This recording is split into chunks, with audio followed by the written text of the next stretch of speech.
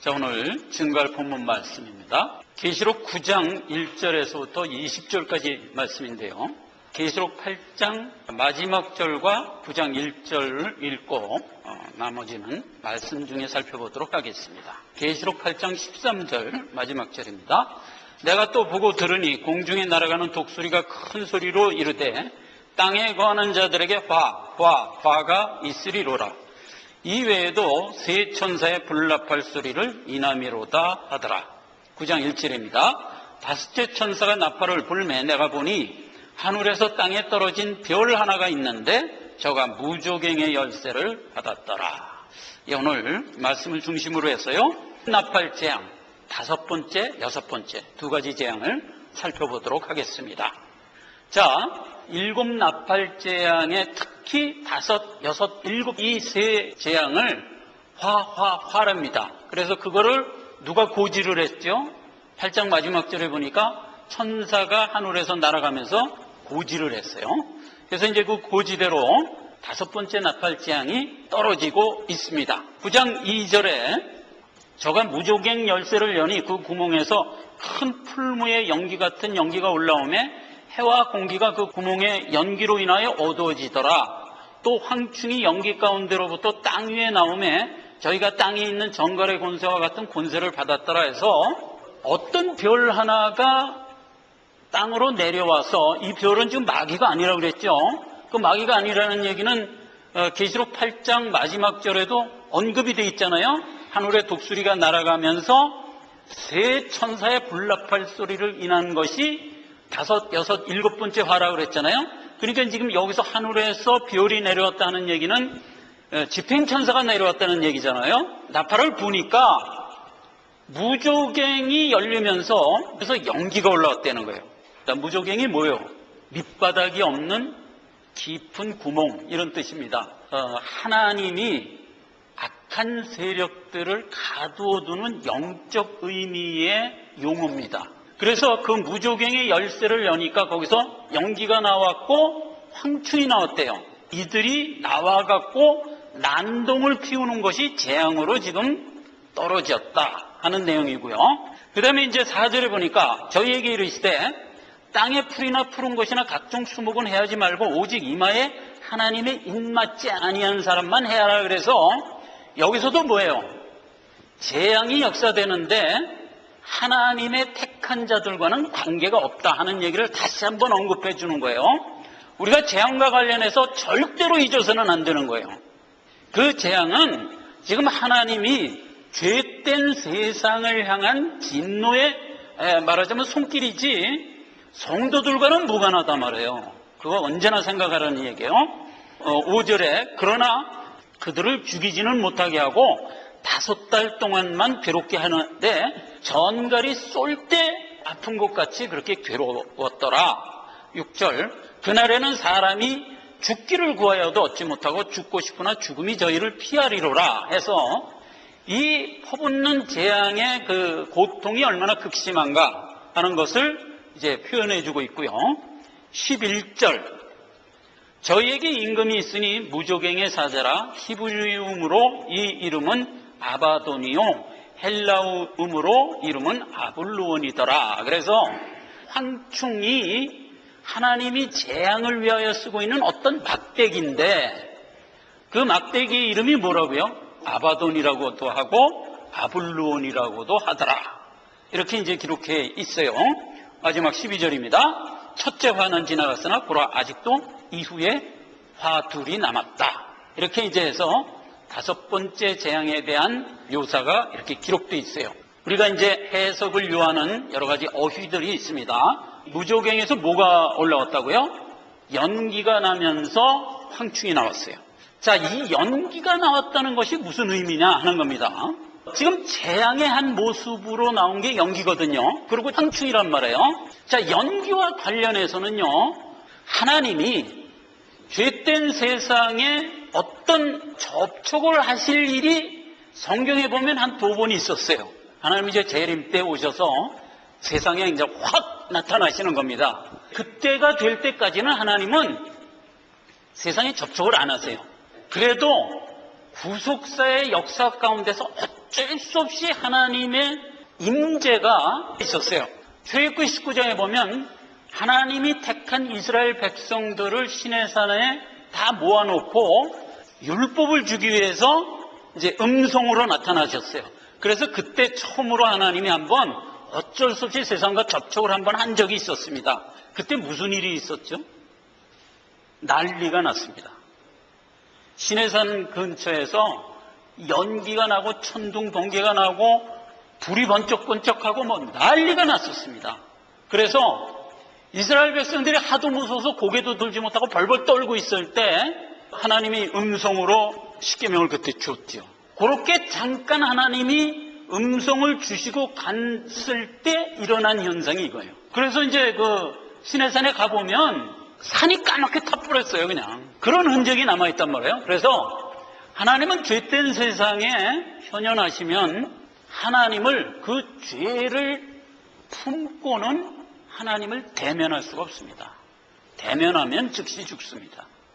그런 상황이에요. 지금 모세가 금송아지 만든 사건 이후에 하나님께 나가서 이제 자기 백성 죄를 용서해 달라고 간언할 때 하나님을 한번 대면을 하지요. 음성으로 대면을 할 때 모세가 하나님한테 요구합니다. 하나님 한번 봅시다. 딱 모세가 이렇게 하나님한테 요구를 했어요. 그랬더니 하나님이 나를 보겠다고. 좋다. 그리고 모세를 쪼개진 바위 틈 속에서 모세를 딱 넣고 하나님이 손으로 그걸 딱 덮고 쓱 지나갔어요. 그리고 손을 거두니까 모세가 하나님의 등만 보았더라. 이런 장면이 나왔잖아요. 그때 하나님이 모세한테 한 얘기가 뭐냐면 나를 보고 살 자는 아무도 없다. 방법이 없다. 정 나를 보고 싶으면 이렇게라도 봐라 하고 반석 틈에 모세를 놓고 슬쩍 지나갔어요. 이게 오늘날 우리를 구원한 모습이에요. 우리가 반석, 예수 그리스도잖아요.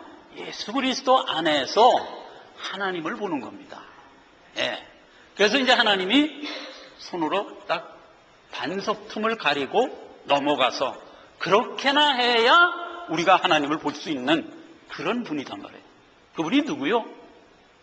우리 아버지라고. 그래서 우리가 하나님을 뵐 때는 죄와 상관이 없이 죄 씻음을 받고 평강 가운데 볼 수 있는 분, 그분이 나의 아버지다 이 말이에요. 세상은 우리 아버지를 못 봅니다. 절대로 볼 수가 없습니다. 보면 세상은 그냥 녹아버립니다. 예수 그리스도께서 내가 이제 십자가 질 때가 되었다 라고 요한복음 12장에서 한번 얘기를 합니다. 12장 29절인가 되어 있죠. 내가 이제 십자가 질 때가 되었다 라고 제자들한테 얘기하니까 그 소리를 예수님이 하자 하늘에서 아버지가 한마디 하셨어요. 그래, 나도 영광을 받았다. 이게 무슨 얘기예요? 하나님의 가장 큰 목적이 뭐예요? 자기 자녀를 구원하는 거예요. 근데 자기 자녀를 구원하는 일을 십자가에서 이루시기 위하여 내가 지금 십자가 질 때가 되었다라고 하자 하나님도 기뻐서 소리쳤어요. 그런데 그 소리를 어떻게 들렸다고 그랬어요? 우레가 치는 것 같았더라. 죄된 세상에서는 하나님의 음성조차도 우레로밖에 안 들리는 거예요. 우리만 듣는 거예요. 우리만. 자, 이게 하나님이 지금 재앙으로 세상에 퍼부을 때 모습이에요. 그러니까 뭐 연기가 나고 뭐 천둥 번개가 치고 번쩍번쩍하고 불이 나고 난리가 나는 거예요. 그게 지금 재앙에서 묘사로 나타나고 있어요. 황충이 나와서, 여기서 얘기하는 황충은 메뚜기를 의미하는 건데, 메뚜기가 오면 뭐래요? 푸른 풀, 수목, 나무 다 먹어버려요. 자, 푸른 풀과 수목을 먹었다는 얘기는 우리가 지난 시간에 살펴봤죠? 푸른 풀은 양식이라고 그랬어요. 양식은 기본적으로 자기 백성, 하나님의 백성들이 먹을 양식이에요. 즉, 말씀을 의미했단 말이에요. 그런데 하나님의 재앙이 죄된 세상에 퍼붓자 그 말씀이 어떻게 됐어요? 가리움을 받아버리는 거예요. 그래서 망하는 자들에게는 하나님의 복음의 말씀이 가리움을 받는 거예요. 이게 재앙이라니까. 연기가 나서 지금 어두워졌다고 그랬단 말이에요.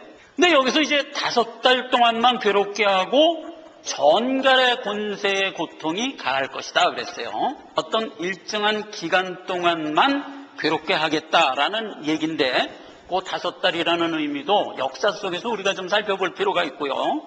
전갈의 권세가 가했다 그랬는데 성경에서 신명기 8장 15절에 하나님이 우리를 교훈할 때 너를 인도하여 그 광대하고 위험한 광야 곧 불뱀과 전갈이 있고 물이 없는 건조한 땅을 지나게 하셨으며 또 너를 위하여 물을 굳은 반석에서 내셨으며 이랬어요. 그러니까 우리를 어디를 통과하게 했다고요? 광야를 통과하게 했어요. 근데 그 광야에는 어떤 현상이 있다고요? 물이 첫째 없었어요. 그 다음에 전갈이 있었어요. 그런 곳을 우리를 통과하게 했단 말이에요. 그런데 그 다음으로 이어지는 말이 뭐죠? 그런 가운데서 하나님이 우리에게 반석을 터뜨려서 물을 주었고 하늘에서 만나를 내려서 먹여주었고 그렇게 너희를 인도하였느니라. 왜? 하나님이 그렇게 얘기했어요. 왜 그랬을까? 너를 겸손케 하고 너를 통하여 복을 주게 하려 함이라 이 말이에요. 이게 우리를 구원한 구원의 목적이죠. 우리가 구원의 복을 받고 우리로 하여금 겸손한 마음을 갖고 신앙 인격을 키우게 하려고. 이 겸손한 인격이라는 것은 여기서는 겸손하다는 어휘로 얘기했지만 그 얘기는 신약에 와서 어떻게 해석이 돼 있어요? 주님 닮은 자 만들려고 이런 뜻이었다고요. 그러니까 모든 그리스도인들은 주님의 성품의 인격으로 자라가도록 어디를 통과하게 한다? 전갈이 있고 물이 없는 곳, 즉 세상을 통과하게 한단 말이에요. 그러니까 죄된 세상은 언제나 전갈의 그 괴로움이 있고 그 다음에 물이 없어요. 물이 없다는 것은 구원이 없다는 뜻이에요. 하나님의 영생의 말씀이 없다는 거예요. 언제나 물 그러면 뭐예요? 내가 영생의 샘물이다 그랬잖아요, 예수님이. 그러니까 언제나 영생의 말씀을 얘기하는 것이에요. 그러니까 영생의 복음이 없고 전갈의 괴로움이 있는 곳을 우리로 통과하게 하는 거예요. 왜? 왜라고요? 우리로 하여금 주님 성품으로 신앙인격 자라서 복을 주려 하려 함이라 이거예요. 이게 구원의 목적이죠. 언제든지 우리가 모든 성경을 읽을 때 재앙에 관한 얘기를 하던 무슨 얘기를 하던 거기에는 뭐가 숨어 있어요? 나에 대한 얘기가 숨어 있단 말이에요. 이제 우리가 그거를 캐치하는 겁니다. 5달 동안이라는 것은 역사 속에서 어떻게 이루어졌는가 하는 걸 이제 제가 조금 이따 살펴볼 거고요. 저희에게 임금이 있으니 무조갱의 사자라. 히브리음으로 아바돈이요, 헬라음으로 아블론이라 그랬어요. 자, 요게 누구예요? 황충의 말하자면 별칭이었어요. 그런데 그 황충의 별칭은 하나님이 지금 쓰고 있는 막대기예요. 그죠? 하나님이 지금 무조갱의 열쇠를 천사 보고 야 잠깐 열어라. 그리고 그 무조갱에 갇혀있는 악한 것들 중에서 막대기 하나를 지금 집은 거예요. 그래서 그 막대기로 말하자면 죄된 세상을 징벌하고 있는 거거든요. 그런데 그 막대기의 이름이 뭐라고? 아블론 아바돈이라니까요. 그러면 이게 무슨 얘기냐? 이 얘기는 지금 역사 속에서 재앙을 퍼볼 때 첫 번째서부터 네 번째 재앙까지는 무엇을 막대기로 썼죠? 그 스칸디나비아 반도에 살고 있던 야만인들, 게르만 민족들 막대기로 썼고, 자 중국 북방에서 흉노족, 쫓겨온 흉노족을 막대기로 써서 서로마 제국을 그냥 완전히 그냥 멸망시켜 버렸잖아요. 그렇게 했던 것과 같이 지금 동로마 제국도 지금 하나님이 막대기를 써서 멸망을 시킬 건데 그 막대기가 누구냐 하는 거 살펴보자면 말이에요. 지금 여기서 아블론과 아바돈이라고 그랬어요. 아브라함이 하나님이 후손을 준다고 그래놓고 99세가 되도록 후손을 안 줬어. 아브라함은 좀 아내 사라에 비해서 좀 맹했던 것 같아요. 하나님이 준다고 그래놓고서는 안 주는데도 훌레훌레 사는 거야. 그냥 뭐 생각도 안 하고 그냥. 하나님이 준다고 그랬는데 그냥 잊어버린 거예요. 잊어버리고 사는데 그 안에서 노심초사하는 게 누구냐면 사라가 이제 노심초사를 하는 겁니다. 하나님이 분명히 준다고 그러는데 왜 안 주지 하면서 벌써 99세가 된 거예요. 그러니까 이제 사라가 아브라함한테 이제 이거 안 되겠다, 하나님 준다고 그러니까 뭐 틀림없이 잊어버린 것 같은데 우리라도 만듭시다 이래가지고 이제 하갈 종을 나는 뭐 이제 그때 86살 됐을 때요, 사라가. 그러니까 이제 할 수 없이 나는 뭐 이제 태도 다 끊겨지고 그랬으니까 못나니까 내가 부리고 있는 하갈을 당신 천막에 보낼 테니까 거기서라도 우리가 후사를 얻읍시다 해갖고, 그럼 아브라함이 그럽시다 해갖고 이제 얻은 게 이스마엘이에요. 이제 이스마엘이 뜩 태어났단 말이에요. 그렇게 태어났는데 하나님이 또 나타나신 거예요. 너한테 내가 후사 주겠다. 아니, 하나님 뭐 후사 준다 그래놓고서 뭐 주지도 않고 그래서 우리 하갈을 통해서 이렇게 얻었는데 이스마엘이나 복을 받게 해주십시오. 그리고 이제 아브라함이 하나님 앞에 이제 따졌단 말이에요. 그때 하나님이 안 돼. 단호하게 거절을 하면서 내 후손은 사라의 씨에서만 나와야 돼. 이렇게 딱 단언을 하고 준 게 누구예요? 이삭 줬죠. 그렇게 해서 약속의 자녀 이삭이 태어나고 하갈이 난 이스마엘은 육신을 따라 난 자다. 그래서 그건 약속의 자녀가 아니다 라고 하나님이 딱 정해줬어요. 그때 내 씨는 이삭이다 이렇게 분명히 정해줬어요. 그랬는데 이 이스마엘이 나중에 하나님이 큰 민족을 이룰 것이다 라고 어떤 하나님의 뜻을 가지고 이스마엘이 태어난 거예요. 근데 어떤 뜻을 갖고 태어났는가 읽어보자 말이에요. 창세기 16장 12절입니다. 그가 사람 중에 들나귀같이 되리니 그 손이 모든 사람을 치겠고 모든 사람의 손이 그를 치겠으며 그가 모든 형제의 얼굴 앞에서 살리라 이랬어요. 그 얼굴 앞에서 살리라를 동방에서 살리라 이렇게 얘기했던 거예요. 자, 이스마엘이 누구라? 모든 사람을 치는 들나귀 같은 자래. 그리고 모든 다른 사람도 이스마엘을 치겠대요. 그러니까 이스마엘은 무슨 얘기예요? 싸움꾼으로 만들겠다 이 소리예요. 내가 깡패 만들겠다 이 소리예요. 네. 그 얘기가 오늘 아바돈 아블론이라는 말이에요. 아바돈 아블론이라는 말이 그냥 허곤날 싸우는 놈 이런 뜻이에요. 요 이스마엘을 얘기했던 거예요. 이스마엘. 그래서 이스마엘이 어디서 살아요? 내 백성 면전에서 살아요. 그걸 성경적 용어로 동편에서 살리라 이런 뜻이에요. 동편이 언제나 성경은 하나님이 임재하여 오는 것을 동편이라고 묘사해요. 언제나. 그렇기 때문에 우리가 바라는 어떤 향이 늘 동이에요. 동. 그러니까 내 앞에 살리라 하는 얘기는 성경적으로 동쪽에 살리라 하는 얘기와 동일한 얘기예요. 그리고 실제로 동쪽에 살았어요. 왜냐하면 이스라엘의 동편이 어디예요? 사우디아라비아. 태어난 거예요. 이제 아브라함이 태어났지만 살길 거기서 살아요. 그렇게 산 그 아람 민족이 말하자면 막대기가 돼서 나타나는 겁니다. 자, 그 얘기를 잠깐 봅시다. 이렇게 돼 있어요. 이스마엘이 그런 목적으로 이 땅에 하나님이 예비를 했어요. 근데 그는 무조갱의 사자라고 그랬어요. 즉 무조갱에서 하나님이 쓰는 막대기라는 거예요. 하나님이 쓰는 무조갱의 사자는 무엇을 의미해요? 구원받지 못한 자를 의미해요. 근데 성경은 분명히 구원받지 못한 자라고 선언을 했어요. 갈라디아서 4장 24절에 보면 그렇게 선언한 장면이 나와요. 그거는 제가 6번째 재앙 살필 때 읽도록 하겠습니다. 거기 분명히 뭐라 그랬냐면 이삭의 자녀가 약속의 자녀고 육신을 따라 난 자는 하나님 나라를 유업으로 받을 수 없다 이렇게 돼 있어요. 그러니까 이스마엘은 택함받지 못한 자의 명칭이에요.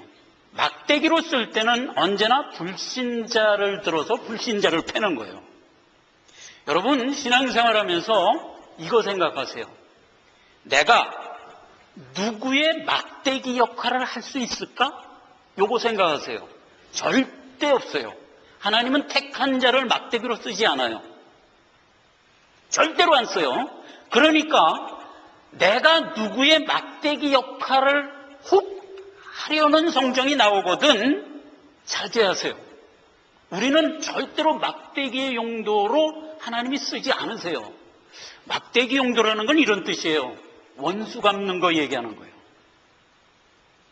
우리가 살아가면서 누가 나한테 해코지해 화가 나서 참을 수가 없어서 나도 함께 해코지를 하는 게 막대기 짓 하는 거예요. 그런 건 하지 마시란 말이에요. 하나님이 성경에서 나는 네 아버지가 되고 너는 내 아들 될 거야 이 얘기예요. 그래서 계시록 맨 마지막 장에 가면 그렇게 결론이 나요. 그리고 우리를 구원할 때 다윗 언약 속에서 하나님이 그거를 최초로 우리에게 주셨어요.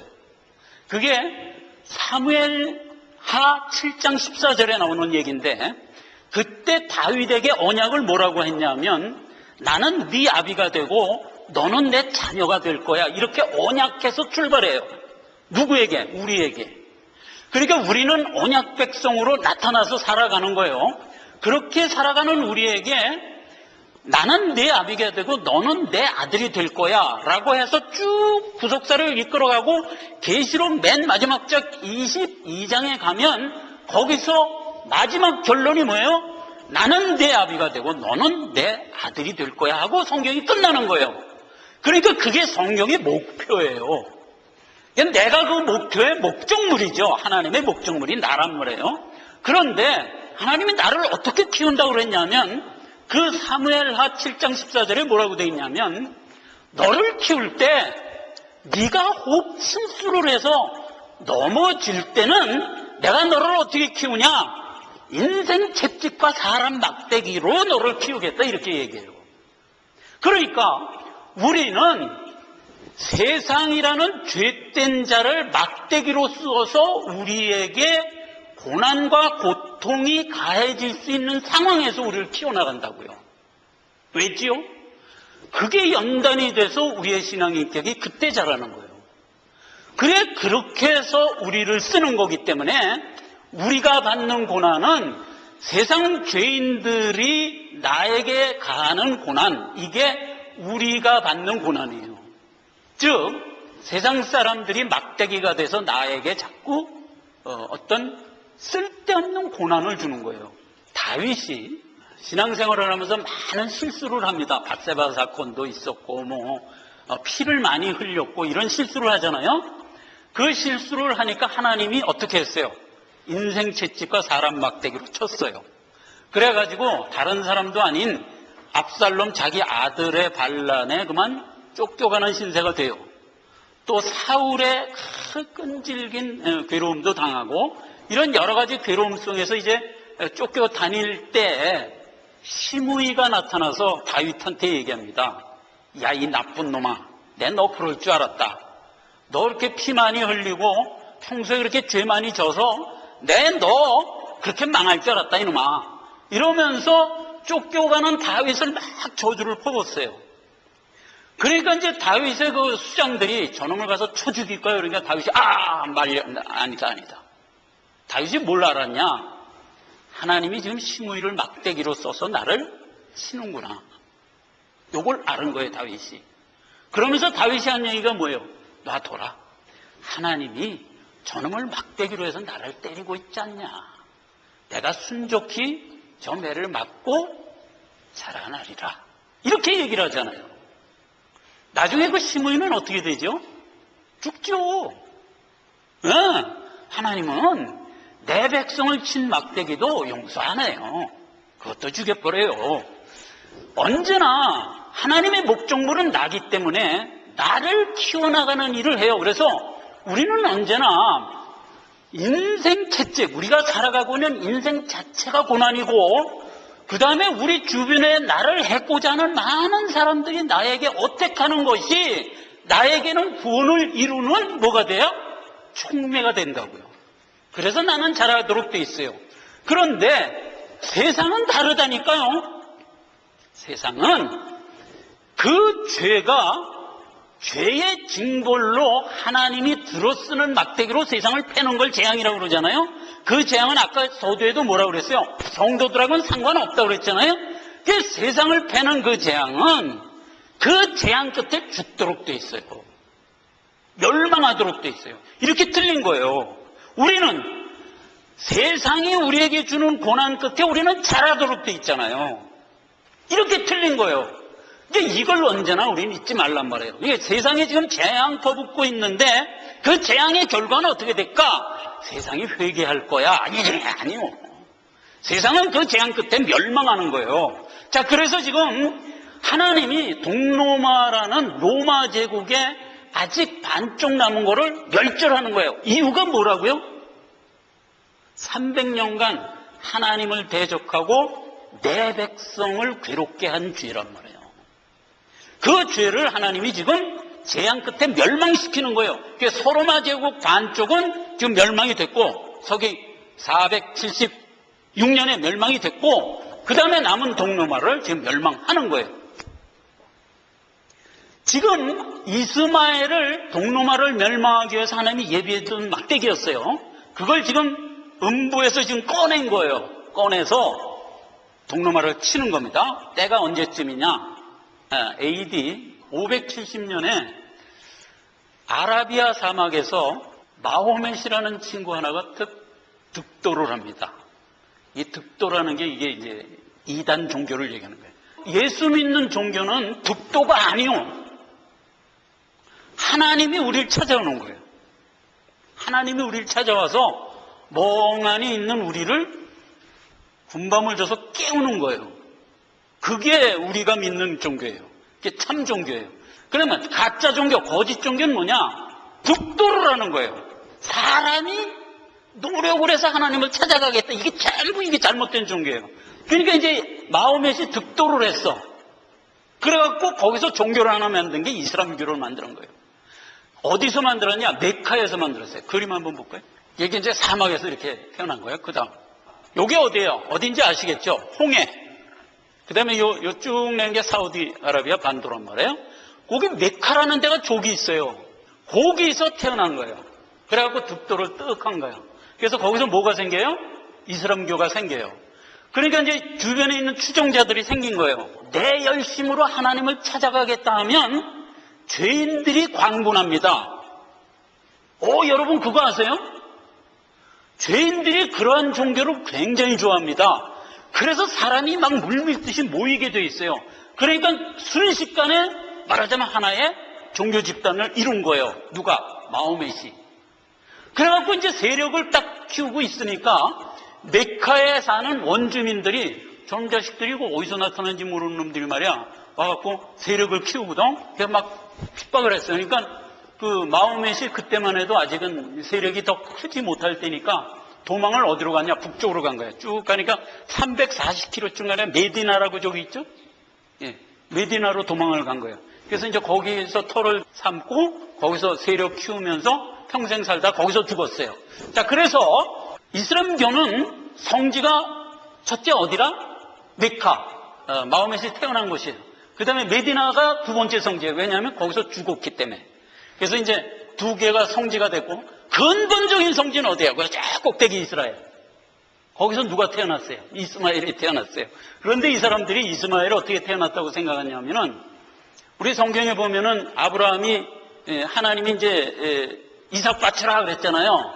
이삭 바쳐라 하는 것은 아브라함에게 믿음 실현 준 거란 말이에요. 그랬는데 아브라함은 진짜 이삭을 하려고 하니까 잠깐 옆에 수풀에 양 하나 걸려 있으니까 그거 갖다 드리고 네 믿음 이제 알았다. 그래갖고 이제 이삭의 죽음 가운데서 살아나는 것으로 히브리서에 해석이 돼 있잖아요. 그 얘기를 이 마호멧이 원용을 해갖고 자기 걸 만든 거야. 그래서 그때 아브라함이 바친 자가 이삭이 아니고 이스마엘이라는 거야. 그래가지고 그 자리니까 지금 암석에 동그랗고 이슬람 사원이 그 자리에 섰어요. 그때가 언제냐면 이슬람족들이 이제 메디나에서 세력을 키워갖고 한 100년쯤 흐르니까 세력이 커졌어요. 그래서 이제 왕조를 이루고 살 정도가 됐어요. 그래갖고 그 왕조가 세력을 키워갖고 예루살렘 지역을 점령해버렸어요, 그때. AD 한 700년경에 예루살렘 지역을 점령했는데, 그때 당시에 예루살렘은 어떻게 돼 있을 때냐면, 원래 로마가 예루살렘을 다 점령해 있다가 로마가 다 망하고 나니까, 거기가 막 무주공산이 돼버린 거예요. 그리고 그 자리에는 하드리아누스라는 로마 황제가 옛날에 지었던 신전이, 솔로몬 성전이 있던 자리에 있었어요. 이스라엘족들이 그 예루살렘을 침공해서 거길 점령하고 하드리아누스가 지은 로마 신전 헐어버리고 그 자리에다가 암속의 돔 지은 거예요. 정식 이름이 돔 오브 더 락이에요.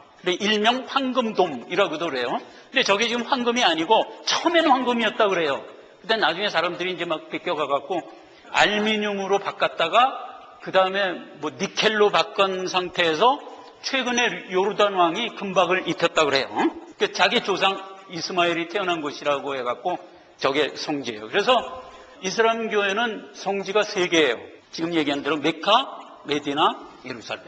그래서 이제 이슬람 사람들이 자기가 가지고 있는 성경을 코란이라고 그래갖고 이제 마호멧이 만든 성경인데 그 코란에 있는 내용을 법제화한 것을 샤리아법이라고 그래요. 샤리아법. 그래서 이슬람 종교를 믿는 사람들은 샤리아법을 신봉하면서 살아요. 근데 그 샤리아법의 내용이 뭐라고 되어 있냐면 어디 가서 살든지 하루에 5번씩 메카를 향하여 절해라. 이게 법이에요. 두 번째, 자기 평생에 한 번 반드시 메카 성지순례를 해라. 그럼 이제 메카 와서 성지순례하고 그 다음에 메디나 가서 묘지순례하고 돌아가는 길에 예루살렘 암속의 돔 가서 경배하고 그러고 가도록 돼 있어요. 그래서 이게 3대 메카야. 여기서 나온 이 샤리아법이라는 것은 굉장히 강력한 행위법이에요. 뭘 훔치면 손 잘라라. 그냥 바로바로 자르는 거예요. 뭐 범죄 저질렀다. 그럼 그냥 바로 죽이는 거예요. 술 못 먹도록 돼 있어요. 아예 법에, 샤리아법에. 그 다음에 명예살인이라는 제도가 아직도 있어요. 그러니까 누구든지 내 가족 중에서 알라를 모독한 행위를 했다. 그럼 죽이도록 돼 있어요. 그래서 가끔 누구가 거기에 늘 희생적으로 죽냐면 며느리가 죽어요.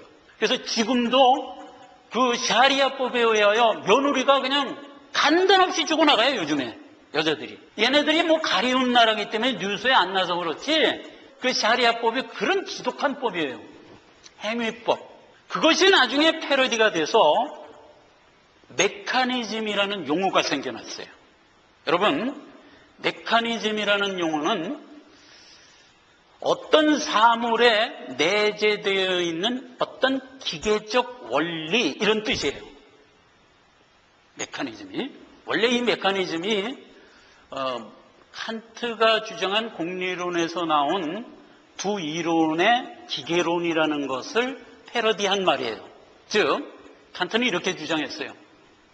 모든 사물에는 진리가 내재되어 있는데 그 진리가 가지고 있는 내용은 목적이 있다. 그리고 그 사물에 내재되어 있는 기계적 원리가 있다. 이렇게 해서 기계론과 목적론을 얘기했어요. 즉, 책상이 하나 있다. 책상이 뭐냐 할 때 나무와 못으로 된 거다. 이렇게 얘기하는 걸 기계론이라고 그래요. 그런데 목적론이라고 얘기하면 뭐를 어떻게 얘기할 수 있냐면 책상이 있다. 책상이 뭐냐? 공부를 위한 도구다.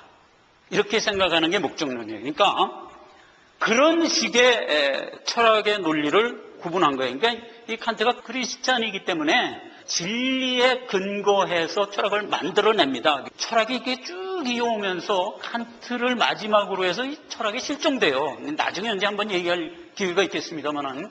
그래서 오늘날은 칸트 철학이 완전히 실종돼서 없어져 버리고 니체가 대신하고 헤겔이 대신하면서 이제 완전히 이제 철학이 실종된 현대에 우리가 살고 있어요. 근데 칸트 때까지만 해도 진리 탐구였어요.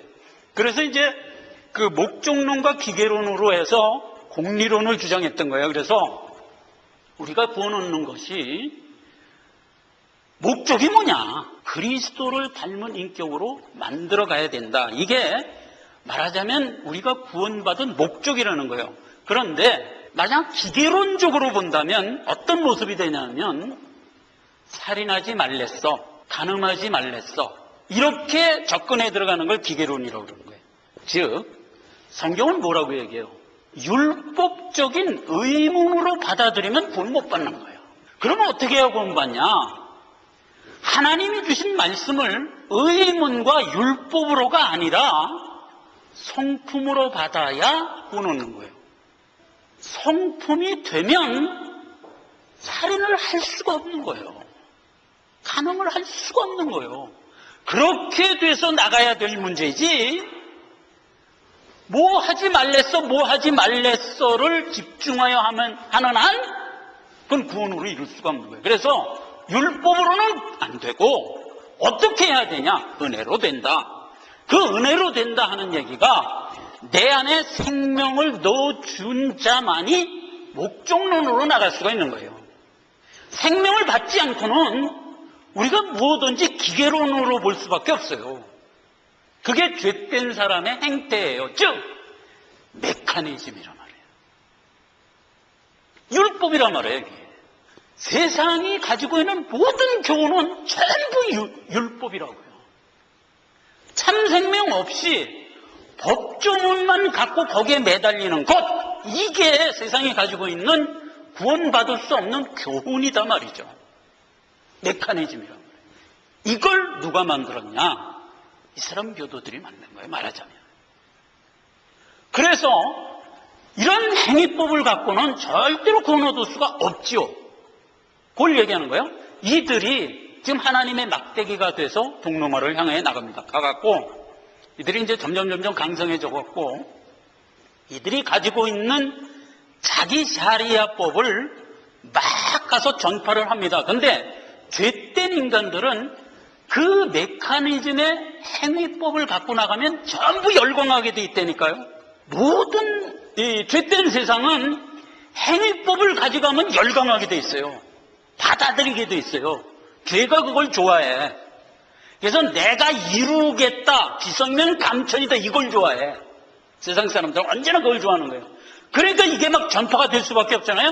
그래서 얘네들이 어디를 전파했냐면 동남아시아 전부 다 전파가 끝났어요. 그래갖고 그게 자꾸 동쪽으로 가갖고 몽땅 다 됐어요.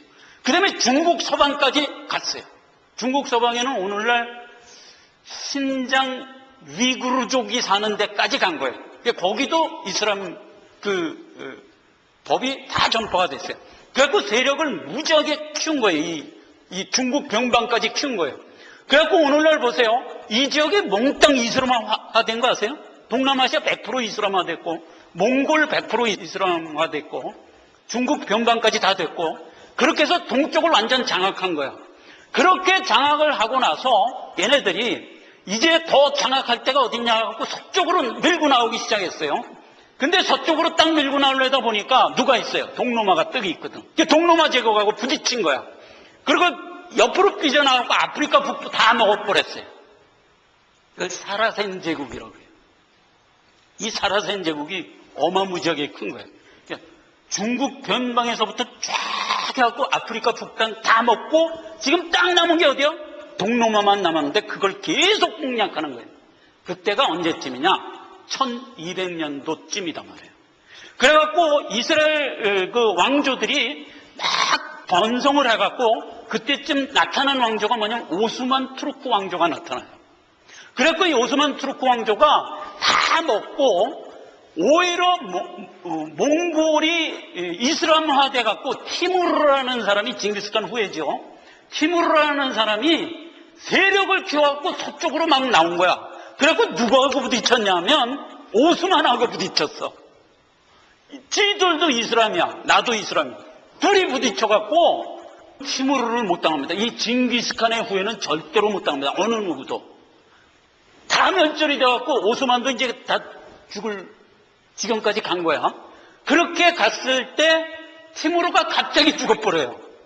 무슨 병사를 해서 죽어버려요. 그래갖고 그냥 엎지졸이 돼서 간신히 살아납니다, 오스만이. 그런데 그때 오스만이 무엇을 티무르에게 얻었냐면 대포를 얻었어요. 대포. 그때만 해도 대포가 없을 텐데 중국은 그때 대포가 있었거든요. 대포 갖고 와서 막 할 때 이때 오스만이 티무르족으로부터 패하면서 대포를 얻은 거예요.